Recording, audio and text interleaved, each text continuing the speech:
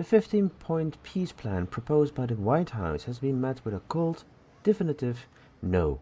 Tehran has officially rejected the U.S. ceasefire offer, dismissing it as excessive and detached from reality on the ground.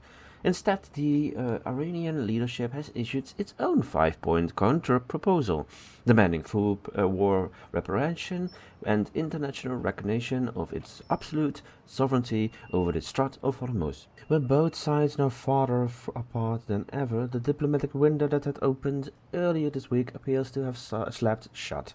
In a surprising move aimed at de-escalation, the US and Israel intelligence have reportedly removed 2 high-ranking Iranian officials from their active liquidation list. While the identities remain classified, the gesture was intended to foster trust during the 48-hour pause. However, the goodwill was short-lived. Iran's ambassador to Pakistan clarified this morning that there will be no direct negotiations with the United States, insisting that any further messages must continue to pass through a third-party intermediate.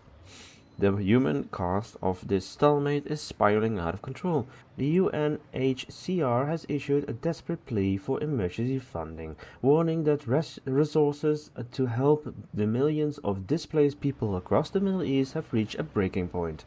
From the Lebanon to the Iranian border, humanitarian corridors are clogged and supplies are dwindling. This crisis is no longer a regional issue, it's a global catastrophe that is now dominating the halls of the power in Europe. In Den Hague, the Dutch parliament is currently locked in a heated debate over the war's economic fallout. With the oil prices hovering near $110, pressure is mounting on the Jetten cabinet to provide immediate relief for the skyrocketing energy bills and fuel costs.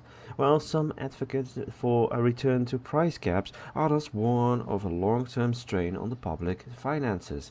As the energy shock of 2026 deepens, the Netherlands, like much of the EU, is realizing that even a war fought thousands of miles away can be felt at every kitchen table.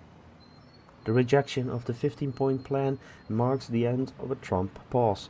We are moving back into the phase of active, high-intensity conflict where infrastructure is once again the primary target.